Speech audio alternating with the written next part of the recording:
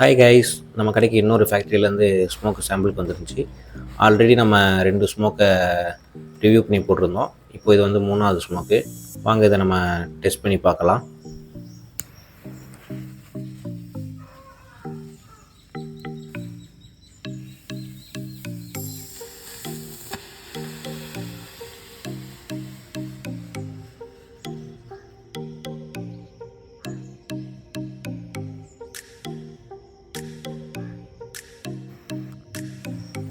ஒவ்வொரு smoke பாக்ஸ்லேயும் 3 smoke sticks இருக்கும்.